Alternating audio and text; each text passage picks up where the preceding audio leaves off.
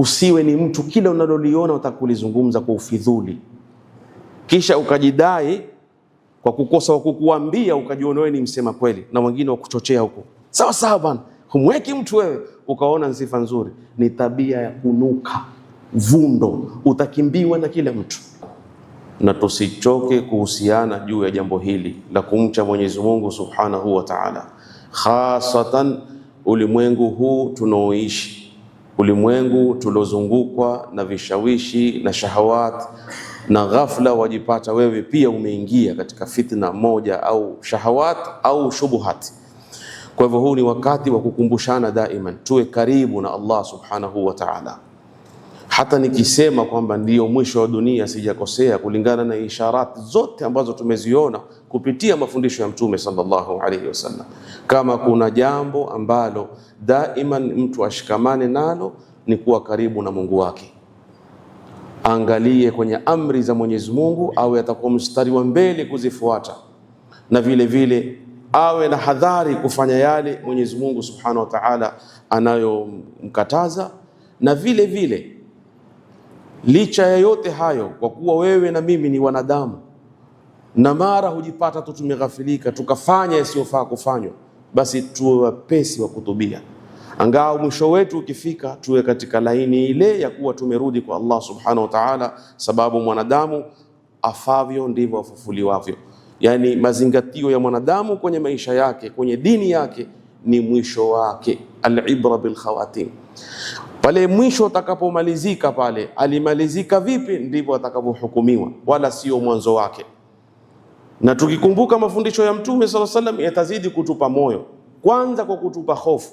Pale Mtume sallallahu alaihi wasallam aliposema, na hii ni hadithi sahihi ambayo imepokelewa, kwamba hakika mmoja wenu anaweza akatenda matendo ya watu wa peponi mpaka ikawa baina yeye na pepo kumebaki dhiraa peke yake, fayasbiquhu alkitab, akatanguliwa na maandishi na qadar, akawa ni mwenye kufanya matendo ya watu wa motoni na akenda motoni. Na mmoja wenu anaweza kutenda matendo ya watu wa motoni mpaka ikawa yeye baina yake na moto ni dhiraa, lakini kisha akatanguliwa na maandishi ya Mungu na qadar, akabadilika mwisho na akafa akenda peponi. Hapa sisi sote hatujui mwisho wetu, na ikiwa hatujui mwisho wetu, ni vizuri tuishi katika hii dunia mutawadhiin, kwa kumuomba Mungu kama vile alivyotufundisha mtume wetu Muhammad, ya muqallibal qulub thabbit qalbi ala dinik. Baada ya mukaddima huo, ndugu zangu, moja kwa moja tuingie katika khutba yetu ili tuwahi na wakati. Khutba yetu ya leo, ndugu zangu, nimeipa inwan. Inwani hii nikiisema kwa haraka haraka haitatoshea mpaka nifafanue. Inwani nasema hivi: tabia njema baina ya mtu kuwa mkweli au kusema kweli na baina ya kujuruhi watu. Ili mfafanue mpate kunielewa, kusema kweli ni jambo muhimu na tumehimizwa na dini, lakini kuna baadhi ya watu kule kwenye kusema kweli kwake hachungi hisia za watu. Amesema kweli lakini amejuruhi watu. Sasa tabia njema ni kuwaje?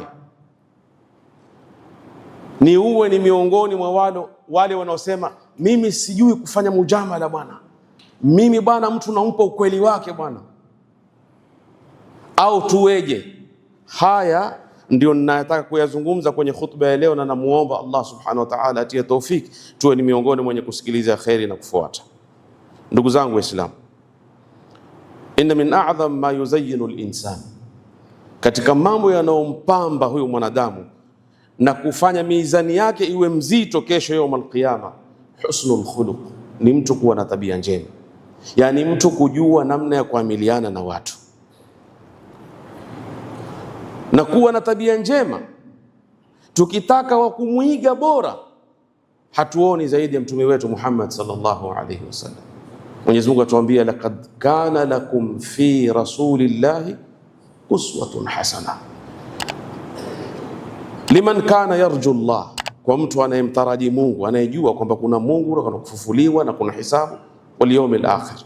Basi wa kuigwa bora ni Mtume sallallahu alaihi wasallam, na kunaye aliye na shaka kuhusu ubora wa Mtume kwenye tabia zake zaidi ya kusifiwa na Mwenyezi Mungu kwenye Qur'ani, wa innaka la ala khuluqin adhim.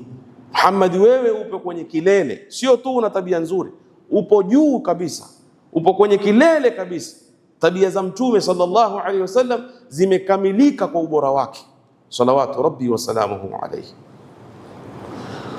Waqad ibtulia annas liyom, watu leo wamepewa mitihani, baadhi ya watu kutofahamu maana ya kuwa muwazi na kusema kweli. Imekuwa leo ni kujuruhi watu na kuudhi watu na kutia watu kwenye haraj, kisha asema mimi ndivyo nilivyo bwana, niko muwazi, mimi sina mujamala bwana, mimi nasema ukweli bwana. Na nikisema hivi nyote ho mshanifahamu, kwa sababu ni watu tuishi nao na tupo kwenye dunia hii. Je, hii ni sawa? Ndugu zangu Waislamu, si kila mwenye kusema ukweli ni mwema, na si kila mwenye kuzungumza haki atalipwa kwa njia aliyoitumia kwenye kuizungumza ile haki. Kwani sheria ya Mwenyezi Mungu haikutuamrisha tu kusema haki na kusema kweli, imetufundisha mpaka njia ya kuisema ile haki. Yanaweza kuwa maneno yako ni mazuri na yanaweza kuwa maneno yako ni ya ukweli, lakini njia uliyoitumia, badala ya kutengeneza ukawa ni mwenye kuharibu, badala ya kujenga ukawa ni mwenye kuvunja. Na ndio utaona Mwenyezi Mungu kwenye Qur'an, kwenye suratul Baqara atuambia waqulu linnasi husna, waambieni watu maneno mazuri. Yani waambieni watu maneno yaliyo mazuri, yani mema mazuri kwenye lafdhi yake, mema mazuri yaache athari bora, kwa sababu kinachotakiwa si mujarrad wa sidqul kalima, kwamba neno liwe la kweli, la bal jamalul uslub. Kinachotakiwa ni ile mbinu utakayoitumia ya kumwambia huyo mtu ukweli. Ibadallah, kuna tofauti kubwa baina ya mtu kuwa muwazi kwa inavyotakiwa kisheria na baina ya mtu kuwa fidhuli kwenye kuzungumza na watu. Hayo ni mambo mawili tofauti, haiwezi kuwa sawa. Umwambie mtu ukweli, lakini yule mtu alipokee neno lako kwa njia nzuri, na umwambie mtu ukweli lakini umjuruhi kisa tu kuwa ulichomwambia ni ukweli. Hapo kuna tofauti. Kwa hiyo as-saraha al-mahmud, kumwambia mtu ukweli inaotakiwa ni ile ambaye malengo yake ni kutengeneza na kujenga na kuleta wema baina ya watu na kuchunga hisia za watu. Ama kuwa muwazi na watu kwa uslubu muovu na kaswa, yani una kaswa na ghildha na kuudhi, hata ikiwa dhahiri ya maneno yako ni ya kweli, hiyo ni tabia mbaya. Hiyo ni tabia mbaya. Na utaona kwenye Qur'ani, tukitaamali visa vya manabii ambao Mtume sallallahu alaihi wasallam aliambiwa yeye awaige hao manabii, Mwenyezi Mungu subhanahu wa ta'ala aliwafundisha wawe ni watu wenye kuzungumza mazuri na kuchunga hisia za watu hata kwenye haki. Nabii Allah Yusuf alayhi salam, ndugu zake licha ya dhulma nyingi walizomfanyia, lakini kile kipindi walipokwenda na Yusuf akatumia hikma yake ya kumbakisha ndugu yake na kuweka kile chombo cha kupumia kwenye mzigo wa ndugu yake na kushikwa ndugu yule, ikawa lazima abaki. Wale ndugu walizungumza maneno ya kumuudhi Yusuf, maneno mazito ya kumtusi yeye na kujitusi wao wenyewe bila ya kufahamu, na familia yake, yani kudunga kisu kwenye jaraha. Wakasema in yasriq faqad sarakha akhun lahu min qabl, kama huyo ameiba basi ni kazi yao, ndugu yake kabla yake alikuwa pia ni mwizi. Subhanallah. Mwenyezi Mungu atueleza kwenye Qur'ani kalima qasia, hili neno lilikuwa ni zito na ni tuhuma yenye kuumiza, lakini maadhalik Yusuf alikuwa na msimamo gani hapa? Fa asarraha Yusuf ala nafsi, fa asarraha Yusuf fi nafsihi wa lam yubdiha lahu, alilificha wala hakulidhihirisha. Lipi hilo ambalo hakulidhihirisha? Hili alolisema, qala antum sharrun makanan wallahu a'lam bima tasifun, watu waovu mno nyinyi na Mungu anawafahamu zaidi. Haya maneno Yusuf, Mwenyezi Mungu asema asarraha, hayakusema mbele yao. Kwamba kwani niulize swali, angewaambia mbele yao, nyinyi ni watu wabaya, nyinyi ni waovu, nyinyi ni mafatani, mahasidi, nyinyi mnitia mimi kisimani, leo mwanizusha na urongo juu yake na ndugu yake, nyinyi, ingekuwa hajafanya makosa Yusuf. Lakini uslubul Qur'an watufundisha sisi, hivi ndivyo anavyotakiwa mtu mwenye tabia nzuri. Kwa nini alifanya hivyo? Alichunga asiwatie kwenye dhiki na haraj ndugu zake wale, na akaumiza zile hisia zao. Kwa hiyo alilificha ndani ya roho yake, akawaambia antum sharrun makana wallahu a'lam bima tasifun. Kwa hiyo alificha uzito wa lile jambo ili asivunje nyoyo zao. Wa hadha huwa kamal husnul khuluq, na huu ndio ukamilifu wa tabia njema. Ndugu zangu, min a'dham ma yubayyin, katika yale ambayo yanabainisha zaidi tabia njema ni yale aliyoyafanya Mtume sallallahu alayhi wasallam katika kuamiliana na watu.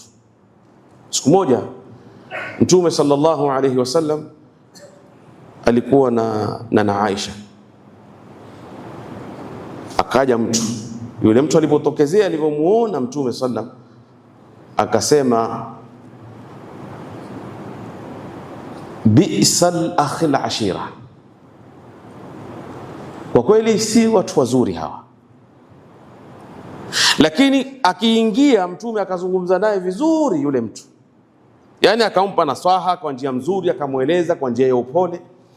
Pale pale na Aisha akashangaa, akamwambia ya Rasulullah, qulta ma qult, umesema ulioyasema, mimi nimekusikiliza hapa, lakini kisha linta lahu, umekuwa laini kwake kwenye mazungumzo yake. Sikiliza jawabu Mtume sallallahu alaihi wasallam alimwambia nini? Ya Aisha, inna sharra an-nas, watu waovu kabisa, inda Allah, mbele ya Mwenyezi Mungu, man tarakahu an-nas ittiqaa fuhshi, ni yule ambaye watu wamkimbia kuogopa uchafu wake. Sikutaka mimi niwe katika watu hao. Naweza kumrekebisha mtu kwa njia nzuri licha kwa yeye ni mtu mbaya. Kwani Mtume angemwambia tu wewe ni mbaya, wewe ni hivi, angefanya hivyo na angekuwa hana makosa.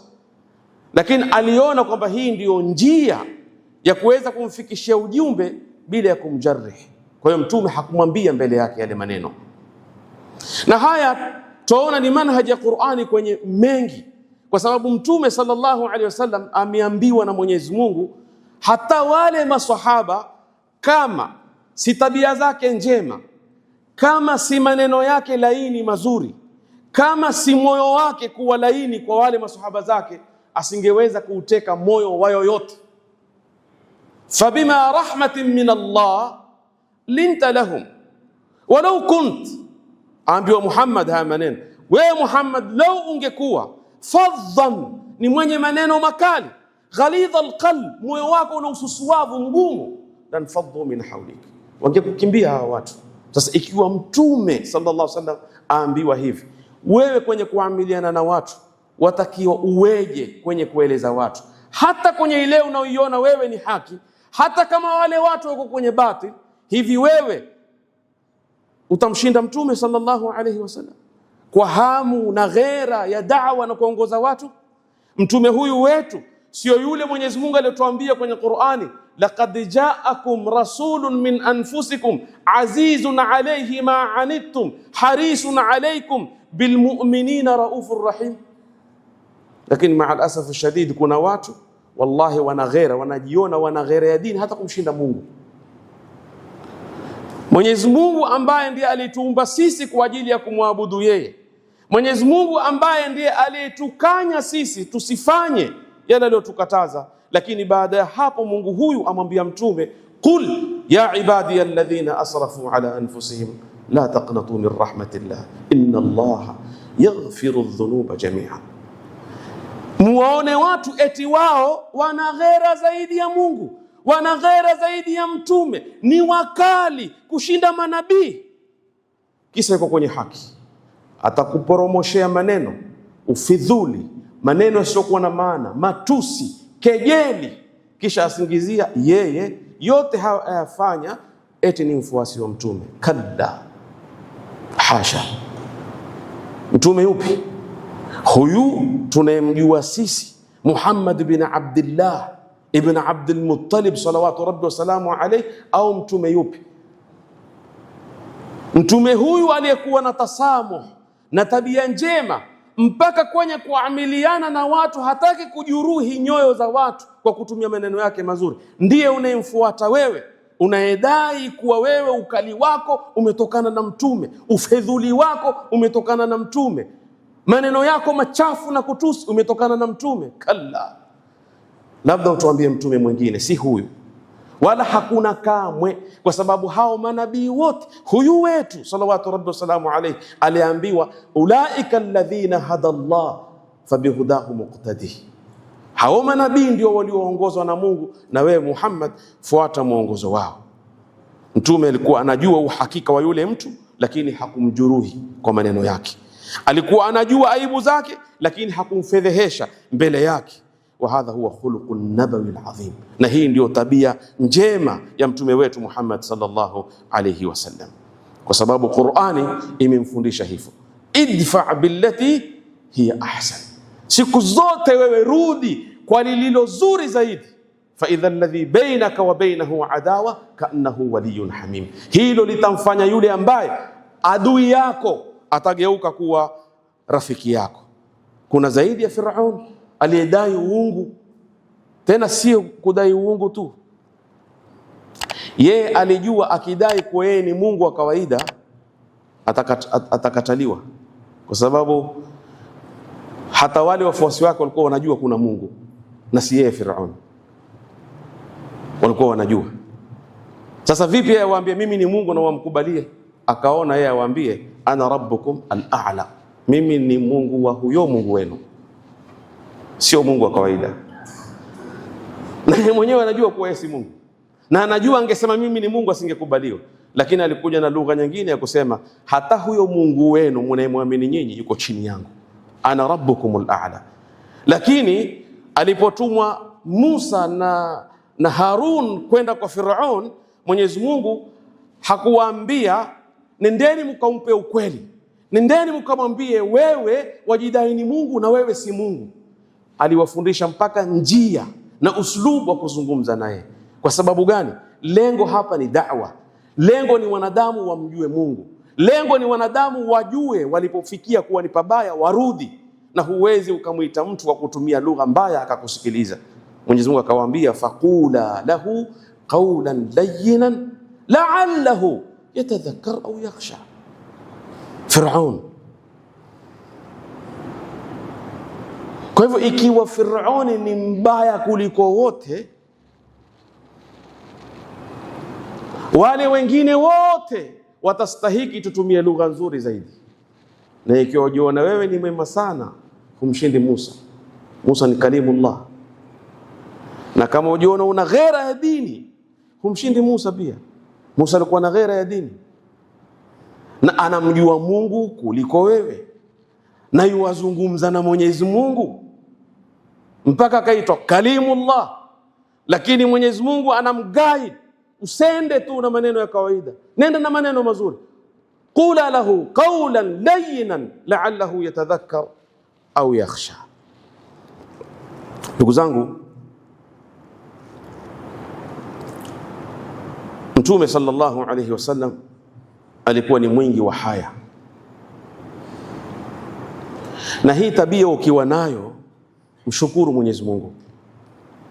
Unajua watu wanaona haya ni udhaifu, wanaona saa nyingine kule kumeza, ukawa huwezi kumwambia mtu kitu mbele yake, wanaona ni udhaifu. Wewe utabaki ukionewa tu, wewe ni mjinga bwana, haya gani hizo, wewe ni dhaifu bwana. Si hivyo, kuna na ubinadamu, na hawa ndio wanaoonewa siku zote duniani. Lakini haijalishi, manzila yenu na daraja yenu mbele ya Mwenyezi Mungu ni kubwa. Alianza mtume wetu Muhammad sallallahu alaihi wasallam kuwa na haya.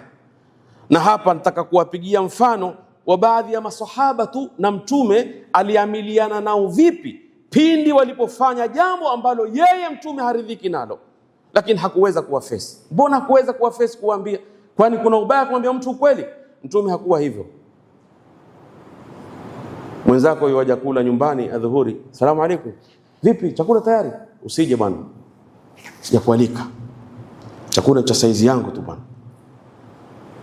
Mbona uambie mwenzako hivyo? Tuambie tuseme ukweli bwana, mimi sina mujamala bwana, mimi simweki mtu bwana, hata kama ndugu yangu atajaje nyumbani saa 7 bwana.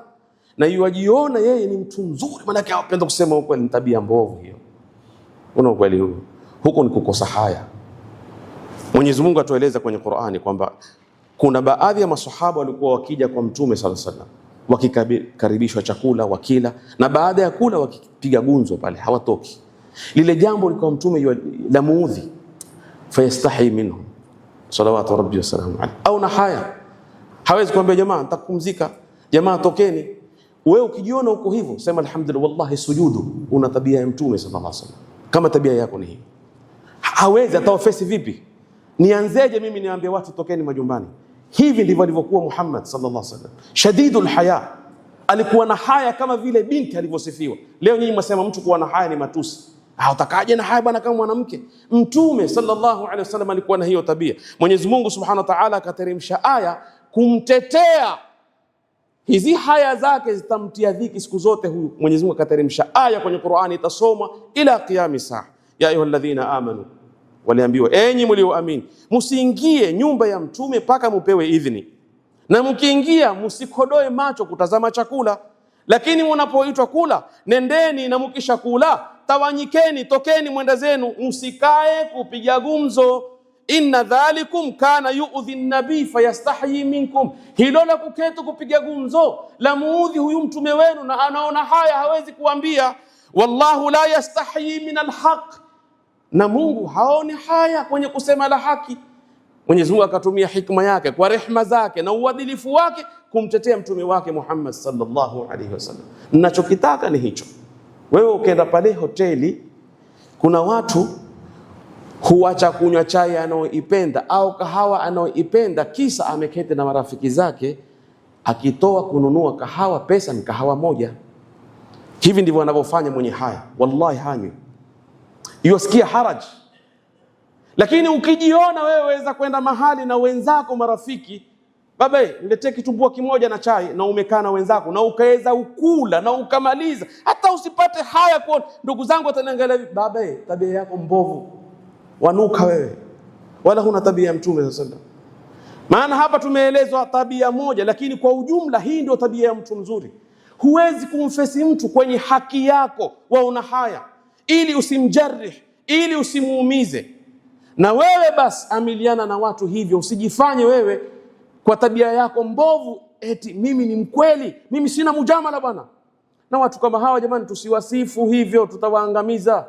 Unajua sisi tabia zetu tunasema jamaa bwana yule hakuweki, yule jamaa yule hakuweki bwana, yule apenda hivi bwana, apenda kusema ukweli. Si kila la ukweli huwa ni sawa.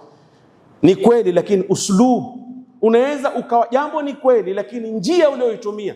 Na si kila kitu au si kila maneno ya ukweli husemwa kila mahali. Si kila maneno ya ukweli husemwa kila mahali. Wakati mwingine yataka uwe na haya.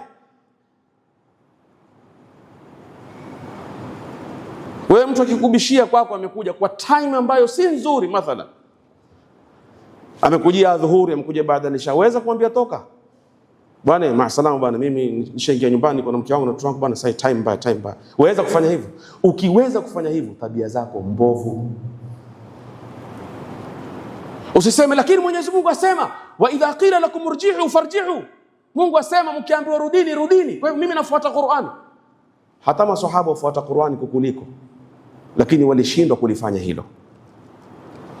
Nitakatu muzingatie hapa. Maswahaba kuna baadhi ya mawaqif yaonyesha hizo tabia. Sote tunamjua kwamba Umar ibn al-Khattab mara nyingi rai zake zikiafikiwa na Qur'an. Alikuwa akitamani yeye kwenye maisha yake zile aya zote za amri awe atazitabikisha kwenye maisha yake. Sasa katika maneno yake yasema isipokuwa aya moja tu, sikuweza kuitabikisha kwenye maisha yangu, yani sikuweza kuileta kivitendo. Akaulizwa aya gani? Akasema Mwenyezi Mungu asema, wa idha qila lakum irji'u farji'u, mnapokwenda kubisha nyumba za watu bisheni, sivyo? Mpaka mupewe ruhusa muingie, lakini mkiambiwa rudini, basi rudini. Asema nilitamani niende nyumba ya yoyote katika masahaba nibishe, niambiwe rudi, iwe sasa nimekamilika, kwamba aya zote nimeweza kuzitabikisha kwenye maisha yangu isipokuwa aya hii. Kwa nini? Kwa sababu sijapata nyumba hata ya sahaba mmoja niliyokwenda kubisha akaniambia rudi. Sasa mimi niwaulize swali, kama Mwenyezi Mungu ndiye aliyesema wa idha qila lakum irji'u farji'u, hivi sahaba walikuwa hawaipendi Qur'ani, hawataka kuifuata Qur'ani? Lakini hapa walifuata adabu, na lau wangesema rudini wangekuwa hawana makosa. Lakini Umar alilikosa hilo, kwa sababu wale masahaba ni wanafunzi wa Mtume sallallahu alayhi wasallam, wote ni watu wenye tabia nzuri. Sasa mimi nakwambia wewe unaojifanya wewe jasiri, hodari, huogopi, wasema kweli, kama atakaye kuja kwako, hata kama times ya kujiwa, ukawa na ujasiri wa kumwambia nenda bwana, time mbaya, baba tabia zako mbovu, huna tabia nzuri, wala si ujasiri huo, ni ukosefu wa haya. Usemia fuata Qur'an, ni ukosefu wa haya. Wallahi mtu mwema hawezi kufanya hivyo, mtu mwenye haya zake hawezi kufanya hivyo.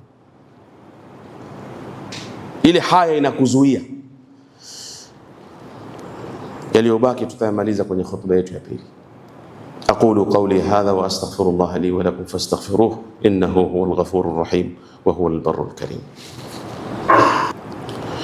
Mwenyezi Mungu Subhanahu wa Ta'ala aliposema wa in qila lakum irji'u farji'u, na mkiambiwa rudini, rudini, huwa azka lakum, kufanya hivyo ndio kutakasa nyoyo zenu na kuwa mbali na ihraji.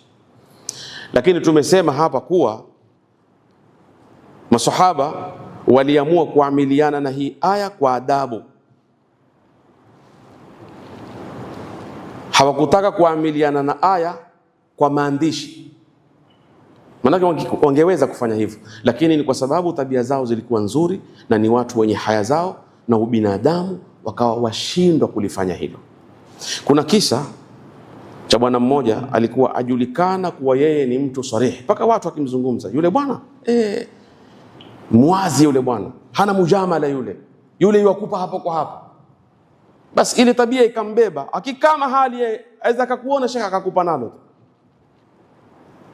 Siku moja akaja mtu mbele yake, basi yule mtu alivyokuja tu kukaa group watu wamekaa, akamwanza kabisa, mbona ukaa hivyo nchoka choka, inaonekana hujiangalii wewe, huli vizuri, huvai vizuri mbele za watu. Yule jamaa hakusema kitu, akanyamaza, lakini ashamuumiza. Mimi nikuulize wewe, yani jifanya ni wewe umekwenda group watu wamekaa, ukifika tu jamaa kuingilia hivyo kwambia bwana mbona uketi hivyo, ukawa sinzia nini, wewe huogi, inaonekana hujiangalia, huli vizuri, niambie ile billahi alaik, wewe utahisi vipi pale mbele za watu? Lakini huyu bwana naye tabia zake zilikuwa ni njema, maana kama naye tabia za fanana pale angemwangaza na makonde tu. Una watu kasirika shaka hawezi kuvumilia, lakini yeye alivumilia. Huyu bwana ayafanya haya kwa sababu yeye waona ni mtu hana mujamala, yani kila kitu ukisema wazi wazi. Asema baada ya muda kwenye maskani akaja bwana mmoja, akija akampata yeye na mtu mmoja, akauliza wengine wako wapi, akaambiwa hawapo. Basi yule bwana akamwambia, wewe unajua kisa cha watu kukimbia? Ni kwa sababu ya ile tabia yako ya kuambia kila mtu.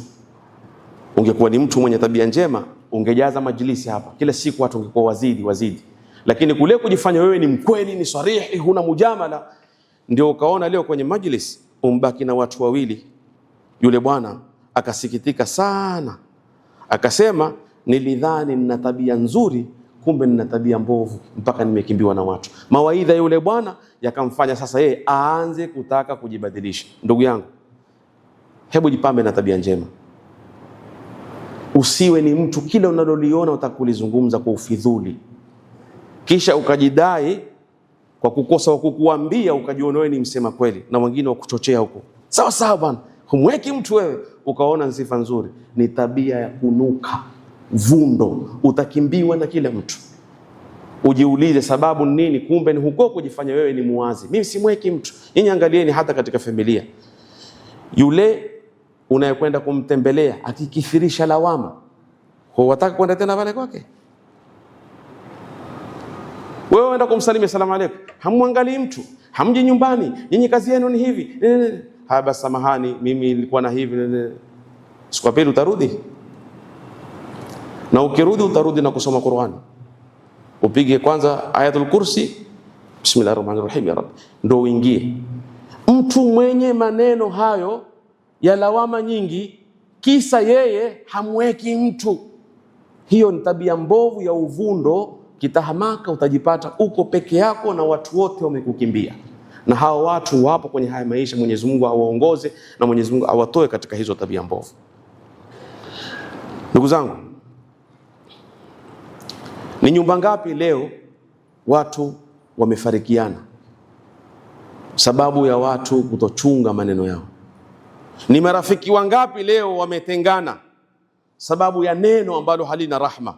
Tahadharini na kaswa. Mu'min siku zote hana maneno makavu, mazito, maovu ya ufidhuli. Mu'min ni mwenye maneno mazuri. Mtume sallallahu alaihi wasallam asema, ma kana rifqu fi shay illa zana. Siku zote upole ukipatikaniwa mahali popote kwenye jambo lolote hutengeneza lile jambo. Wama nuzi'a min shay illa shana. Na panapokosekaniwa upole kwenye jambo lolote, ila jambo hilo huwa lenye kuharibika. Yuko bwana mmoja, sahaba mmoja, Mtume alimuona salawatu rabbi wasalamu alayhi, akamwambia, inna fika khaslatayn, una mambo mawili, yuhibbuhum Allah, Mwenyezi Mungu ayapenda hayo mambo mawili. Subhanallah, Mtume akwambia hivyo, amwambia sahaba, una mambo mawili, Mwenyezi Mungu ayapenda hayo mambo mawili, arifq wal ana, alhilm wal ana. Alhilm manake ni mtu mpole, mtu huna maneno, mtu hupendi vita, mtu hufanyi jambo ila baada ya kufikiria.